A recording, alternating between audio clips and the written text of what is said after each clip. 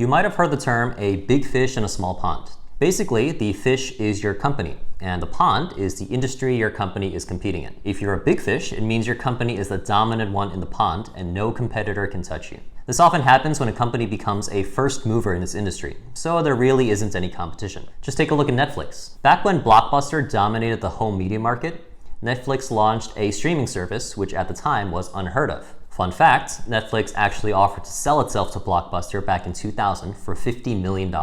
And apparently, they got laughed out of the meeting. Netflix is now worth over $100 billion, and Blockbuster has been long gone. The opposite term is a small fish in a big pond.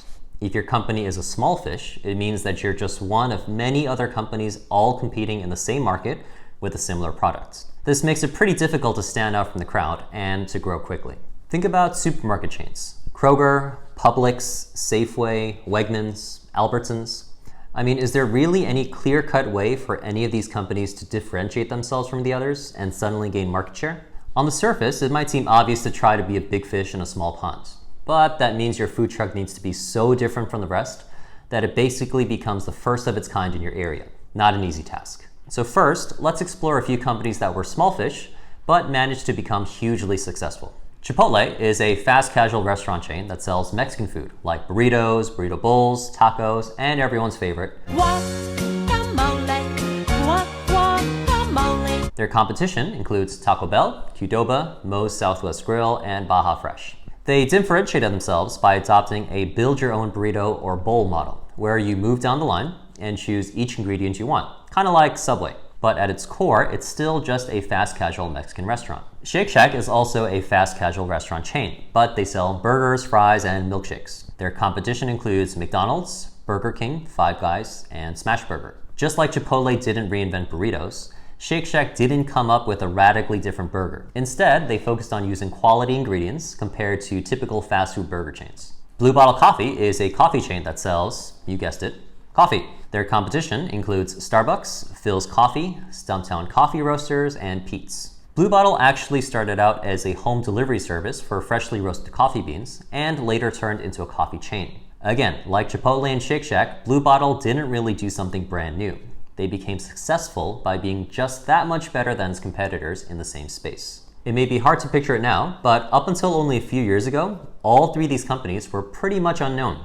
Steve Ells, founder of Chipotle, never even planned on growing Chipotle beyond one location. He wanted to use the cash from the first location to fund a fine dining restaurant that he was passionate about. Danny Meyer, founder of Shake Shack, converted an old hot dog cart in Madison Square Park as part of a larger program to revitalize the area. He also never had any plans of opening additional Shake Shack restaurants. James Freeman, founder of Blue Bottle Coffee, started out roasting his own coffee beans in a 186 square foot shed that he rented for $600 a month. This was in the early 2000s when Starbucks already had over 6,000 locations, and Freeman's friends were telling him the market for expensive coffee was already oversaturated.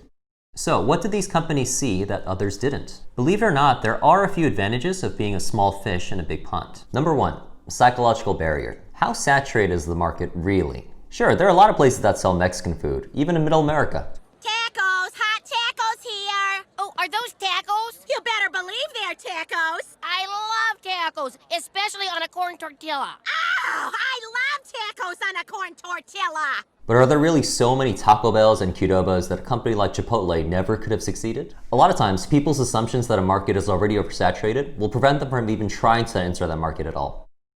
With some proper research, however, you might find that there are actually fewer direct competitors than you thought. Number two, lower quality. One of the reasons that oversaturated markets have low prices is that companies tend to cut corners with their food to squeeze out as much profit as possible. If you find yourself in that kind of market, you can set yourself apart by using higher quality ingredients and not focusing only on price.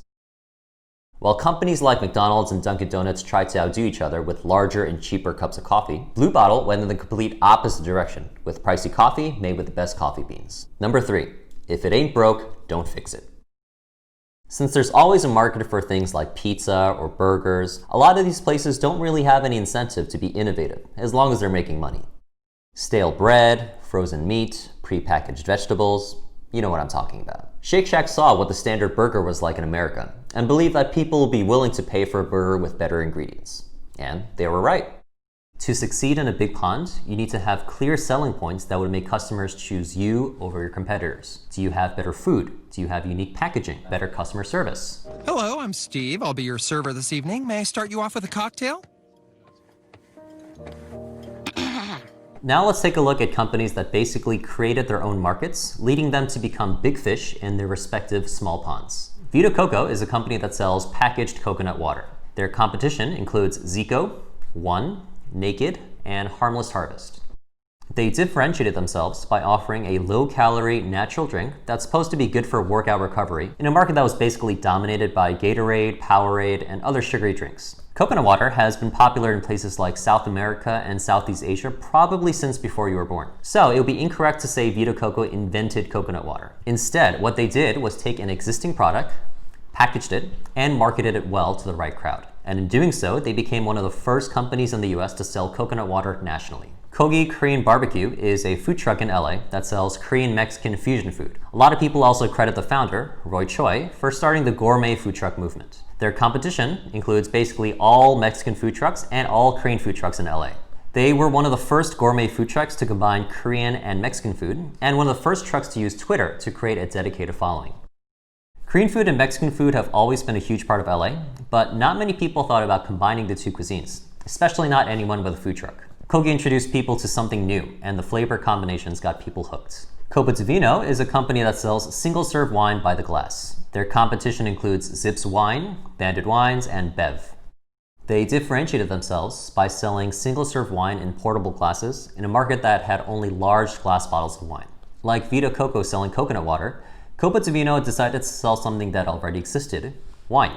The difference is that Vita Coco had to educate Americans about the existence of coconut water, whereas Copa Di Vino simply had to package wine in a different, more accessible way. 3 different companies, 3 different versions of the same strategy. For Vita Coco, it was importing a drink that many Americans had never seen before. For Kogi, it was inventing a new type of food by combining Korean and Mexican food. For Copa Di Vino, it was putting an existing drink into a new type of packaging.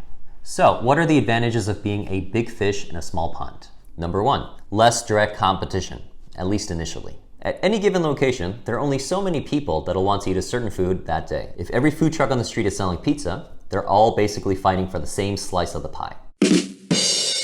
Even if you think your pizza is miles ahead of the competition, why would you even want to enter the same race? Several bad puns later. Instead of pizza, why not sell turkey legs, sushi rolls, paninis? Number 2, no point of comparison. If you offer something new, it doesn't have to be perfect at the outset because customers aren't really going to know whether your blank is the best or worst blank they've ever had. If you try to sell something extremely popular like pizza, however, good luck trying to win over the crowd. Even an icon like Joe's Pizza in New York has both die-hard fans that think it's the best food on earth and people that think it's no better than Domino's. You call this pizza? We do here, yes. Number 3, freedom in pricing. Similar to the previous point, since you're the first and only one selling your type of food, you can generally price things higher than they normally sell for. Would you ever pay $8 for a slice of pizza? How about for a hot dog? How about for kimbap? It's a Korean dish consisting of rice, veggies, and other fillings like ham, barbecued beef, or marinated squid, wrapped in toasted seaweed and often served with some kimchi. Doesn't $8 seem reasonable? Well, you can get it in Korea for $2 or less. It's as common as pizza is in the States. If you're in a city with a lot of Korean people, like New York or LA, you might recognize that $8 for kimbap is pretty expensive. But go to Middle America, where you may not see a Korean person for hundreds of miles at a time. And suddenly $8 for kimbap doesn't sound so crazy. Unfortunately, there are some disadvantages of being the only one in your market selling your type of food. Number 1, fear of the unknown. What's this stuff that looks like sand? It's quinoa. Nope, I don't eat foods that sound like karate words. Depending on where you live, people may be less receptive to new types of food. This means you may have to invest heavily in marketing, give out lots of samples, spend more time with each customer, and so on. It may take much longer for you to build a consistent base of customers than if you had sold a more familiar food. Number 2, mismatch. Perhaps there's a reason nobody around you sells the type of food you want to sell. If that's the case, no matter how delicious, quick, or cheap it is, you're going to have a very hard time getting business. Imagine your food truck sells burgers in a place that's predominantly vegan. Aside from getting mobs by animal rights activists, you're not going to make any money unless you happen to sell the Impossible Burger. Number 3, ingredients. If your food is not common in your area, it probably means the ingredients that you need will be more expensive and more difficult to procure than others. This, of course, means smaller margins at the end of the day. More catastrophic would be if your only supplier of ingredient runs out, decides to no longer carry it, or goes out of business. As you can see, one strategy isn't necessarily better or worse than the other. If you're like most people who want to get into the food business, you probably already have a good idea of the food you want to sell. But if selling your food in your neighborhood makes you a small fish, I don't want you to start freaking out. Don't freak out. I forbid anybody to freak out. Instead, you should use the information in this chapter to reevaluate your overall concept and see if there are any weaknesses that you've overlooked. Also, keep in mind that this is only the 4th chapter in this course. As we progress, there will be plenty of opportunities for you to make adjustments to your concept if necessary.